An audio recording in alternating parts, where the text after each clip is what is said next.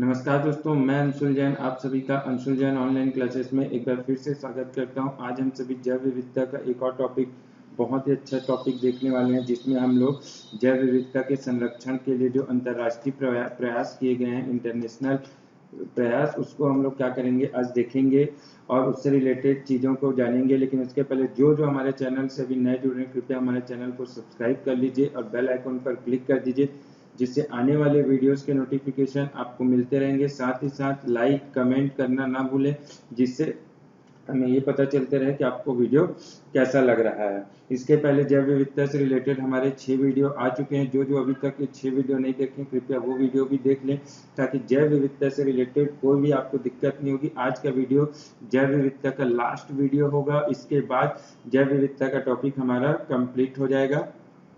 अब फिर आगे के टॉपिक हम लोग कवर करेंगे। तो चलिए दोस्तों, आज का लेक्चर स्टार्ट करते हैं और देखते हैं जैव विविधता का अंतर्राष्ट्रीय प्रयास। तो जैव विविधता के लिए जो अंतर्राष्ट्रीय प्रयास किए गए हैं, उसमें सबसे पहले था यूएनईपी की स्थापना 1972 में किया गया था। क्या यूएनईपी की स्थापना किया गया था, जिसका मतलब था यूनाइटेड नेशन एनवायरनमेंट प्रोग्राम। क्या था यूनाइटेड नेशन, इसका फुल फॉर्म जो है देखते जाइए, यूनाइटेड नेशन एनवायरनमेंट प्रोग्राम। इसकी स्थापना कब की गई थी? तो इसकी स्थापना की गई थी 1972 के अंदर। अब इसका मुख्यालय कहाँ है अगर पूछ देता है, वैसे तो नहीं पूछता है, लेकिन आप लोग याद रख लीजिएगा कि इसका मुख्यालय है केन्या के अंदर। कहाँ है? केन्या के अंदर इसका मुख्यालय है, जहाँ केन्या की राजधानी नैरोबी, केन्या की राजधानी नैरोबी में इसका मुख्यालय है यूएनईपी का। ठीक। अब विश्व स्तर पर संरक्षण हेतु प्रयास, विश्व स्तर पर संरक्षण हेतु प्रयास कौन कौन से किए गए हैं? जैव विविधता अभिसमय। जैव विविधता अभिसमय कब बना था? 1992 में ये अंगीकृत किया गया था, जो जैव विविधता अभिसमय है। ठीक। कब किया गया था अंगीकृत? 1992 में। ये दिसंबर कितना? दिसंबर 29 दिसंबर 1993 को प्रभावी हुई थी।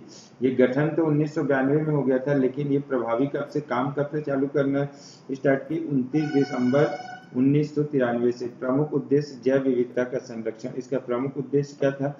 जैव विविधता का संरक्षण। इससे रिलेटेड कुछ चीजें और देख लेते हैं हम लोग। इससे रिलेटेड चीज क्या है कि जब ब्राजील के रियो डी जेनेरियो, ठीक है, 1992 में क्या हुआ था, बहुत इंपॉर्टेंट है। 1992 में ब्राजील में, ठीक है, ब्राजील के रियो डी जेनेरियो में पृथ्वी सम्मेलन हुआ था। कहाँ? Rio de Janeiro. ये क्वेश्चन आता है, पृथ्वी सम्मेलन कहाँ हुआ था? तो आपको याद रखना है, रियो डी जेनेरियो में ये पृथ्वी सम्मेलन हुआ था। ठीक है, डायरेक्ट क्वेश्चन यहाँ से पूछता है, रियो डी जेनेरियो में क्या होता है? पृथ्वी सम्मेलन हुआ था, उसी में इसे विश्व कहते हैं, इसे अंगीकृत किया गया था। ठीक। अब इसमें क्या थे? 196 देश शामिल हुए थे। ठीक, 196 देश इसमें शामिल हुए थे, जिसमें से 166 देशों ने इसमें सहमति जता दी थी। ठीक, कितने लोगों ने? 166 देशों ने सहमति जताई थी। किसके लिए? जैव विविधता अभिसमय के लिए। आगे देखते हैं, आगे और भी चीजें हैं। कार्डियोना जैव सुरक्षा प्रोटोकॉल 2000, कार्डियोना जैव सुरक्षा प्रोटोकॉल 2000। यह प्रोटोकॉल जैव विविधता कन्वेंशन ऑफ बायोलॉजिकल डाइवर्सिटी की एक सहायक संधि थी। किसकी सहायक संधि थी? डायरेक्ट क्वेश्चन पूछता है, तो आप लोग को याद रखना है, convention of biological diversity, convention of biological diversity की एक सहायक संधि थी। अब भारत ने इस पर, ये क्या हुआ था? 2000 में हुआ था। ये प्रोटोकॉल कब बना था? 2000 में। लेकिन भारत ने इसमें हस्ताक्षर कब किए थे? तो भारत ने 17 जनवरी 2003 को हस्ताक्षर किए थे। और ये प्रभावी कब से हुआ था? 11 दिसंबर 2003 से फिर प्रभावी हुआ था। ठीक है, भारत ने कब हस्ताक्षर किए थे? 17 जनवरी 2003 को प्रभावी हुआ था ये, 2003 11 दिसंबर को। जैव विविधता संरक्षण, उसका क्या है? जैव विविधता संरक्षण का मानव स्वास्थ्य पर असर न हो, यह इसका उद्देश्य था। इसका उद्देश्य क्या था कि जैव विविधता के लिए जो संरक्षण के लिए हम लोग प्रक्रिया अपना रहे हैं, उसका असर मानवीय लोगों पर, सॉरी, मानव पर न हो, ये इसके ध्यान रखा गया था। ठीक है, और इससे रिलेटेड कुछ और चीजें हैं जो मैं आप लोगों को बता देता हूँ। ये कहाँ अपनाया गया था? तो बोलेगा, अगर कहाँ अपनाया गया था तो आप लोग रखना है, याद रखना है, पेरिस में सम्मेलन हुआ था, पेरिस सम्मेलन में ये अपनाया गया था। ठीक, पेरिस सम्मेलन में क्या किया गया था? अपनाया गया था। अब कुछ और महत्वपूर्ण है जो मैं आप लोगों को अभी यहीं पे लिख देता हूँ, किसी किनारे में यहाँ पे आप लोगों को लिख के बता दे रहा हूँ। एक हुआ था कोप सम्मेलन। क्या हुआ था? कोप सम्मेलन। तो कोप सम्मेलन कब हुआ था अगर पूछता है तो कोप सम्मेलन हुआ था 2000, कोप सम्मेलन 11, ठीक, ये हुआ था 2012 में हमारे देश में हुआ था, हैदराबाद के अंदर। कहाँ हुआ था कोप सम्मेलन? हैदराबाद के अंदर हुआ था। कोप सम्मेलन 11 2012 में हुआ था। अब उसके बाद प्योंगचोंग जैव विविधता सम्मेलन 2014 में हुआ था। कहाँ हुआ था? प्योंगचोंग में जैव विविधता सम्मेलन हुआ था। प्योंगचोंग में 2014 में ये सम्मेलन हुआ था, जैव विविधता सम्मेलन। ठीक है, ये सब आप लोगों को याद रखना है। जो इम्पोर्टेंट चीज़ है वो आप लोगों को बता दिया हूँ। ठीक, अब इसके आगे हम लोग जो देखने वाले हैं वो है विश्व स्तर पर जैव विविधता संरक्षण हेतु अन्य प्रयास। और कौन कौन से प्रयास किए गए थे? तो इसमें जो मेन है वो नाम याद रखना है। नाम से डायरेक्टली क्वेश्चन पूछता है कि सिटीज का फुल फॉर्म क्या है। क्या है? CITIES। साइटस भी बोलते हैं या फिर सिटीज भी बोलते हैं, आप जो पढ़ना चाहें। इसका फुल नाम क्या होता है? ठीक है, तो इसका फुल नाम होता है convention on international trade in endangered species of wild Diana नहीं है, यहाँ पे डायना लिखा हुआ है। ठीक है, यहाँ पे है flora and fauna. Flora and fauna, ठीक है, ये नहीं है, डायना एंड एलोरा लिख लिया है। यहाँ पे क्या है? Flora and fauna. Convention on international trade in endangered species of wild flora and fauna. ठीक है, ये आप लोगों को याद रखना है फुल फॉर्म। इसके बाद ट्रैफिक का फुल फॉर्म। ट्रैफिक का फुल फॉर्म होता है trade record analysis of flora and fauna in commerce. Traffic का फुल फॉर्म क्या होता है?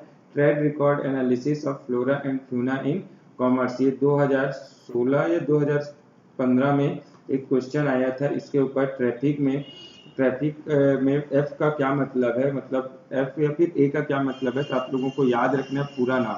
ट्रैफिक का क्या होता है? Trade record analysis of flora and fauna in commerce. और सिटीज का होता है convention on international trade in endangered species of wild flora and fauna. ठीक, अब इसके आगे विश्व विरासत 1972 विश्व विरासत संधि हुई थी 1972 में। उसके तहत क्या कर रहे थे इन लोग, जो है इन लोग कुछ स्थलों को सूचित कर रहे थे, विश्व विरासत के रूप में चिन्हित कर रहे थे। ठीक है, क्या कहते थे? विश्व विरासत के रूप में स्थलों को चिन्हित कर रहे थे। तो भारत में भी इन्होंने ऐसे विश्व विरासत के कुछ, उसको क्या कहते हैं, जगहों को शामिल किया था, 10 जगहों को। उसमें सबसे पहला था कांजीरंगा राष्ट्रीय उद्यान, असम। कांजीरंगा राष्ट्रीय उद्यान कहाँ है? असम में। फिर मानस राष्ट्रीय उद्यान, असम का। केवला देवी राष्ट्रीय उद्यान, राजस्थान। नंदा देवी राष्ट्रीय उद्यान, उत्तराखंड। सुंदरवन राष्ट्रीय उद्यान, पश्चिम बंगाल। पश्चिमी घाट, महाराष्ट्र और केरल। ग्रेट हिमालयन राष्ट्रीय park, Himachal. Capital complex, Chandigarh. Nalanda विश्वविद्यालय, बिहार। और कंचनजंगा राष्ट्रीय उद्यान, सिक्किम। तो जो कंचनजंगा है वो सबसे लेटेस्ट है, आप लोगों को याद रखना है। सबसे लास्ट में भी किसे शामिल किया गया है, तो आप लोगों को याद रखना है सिक्किम कंचनजंगा राष्ट्रीय उद्यान को इसमें शामिल किया गया है। ये 10 नाम है, घोट के पी जाइए, यहाँ से क्वेश्चन बनता ही है। एक चीज याद रखने का, पर्यावरण में जब भी आप देंगे तो यहाँ से क्वेश्चन एक बनता ही है, विश्व विरासत सूची से क्वेश्चन आता है। तो आप लोगों को 10 के नाम याद रखना है। एक बार और करवा देता हूँ। कांजीरंगा कहाँ है? असम में। मानस असम में। केवला देवी कहाँ है? राजस्थान। नंदा देवी राष्ट्रीय उद्यान है उत्तराखंड। सुंदरवन राष्ट्रीय उद्यान पश्चिम बंगाल। पश्चिमी घाट महाराष्ट्र और केरल। ग्रेट हिमालयन राष्ट्रीय park Himachal. Capital complex Chandigarh. Nalanda विश्वविद्यालय बिहार। और कंचनजंगा राष्ट्रीय उद्यान सिक्किम। ये आप लोगों के लिए महत्वपूर्ण है। और इसी के साथ जैव विविधता का टॉपिक हम लोग क्या करते हैं, आज खत्म हो जाता है। इससे रिलेटेड कोई भी क्वेरी हो तो आप लोग मुझे, मैं आप लोगों को नंबर दे देता हूँ, उस पर मैसेज कर दीजिएगा 7999385372। ये मेरा नंबर है, इस पर आप कभी भी मैसेज कर दीजिएगा तो आपकी क्वेरी कंप्लीट कर दी जाएगी। तो चलो दोस्तों, धन्यवाद। और आगे हम लोग बहुत सारी नई नई चीज़ें पढ़ेंगे, तो आप हमारे साथ जुड़े रहिए और वीडियो को ऐसे ही देखते रहिए। हमारे चैनल को सब्सक्राइब कीजिए और लाइक कीजिए।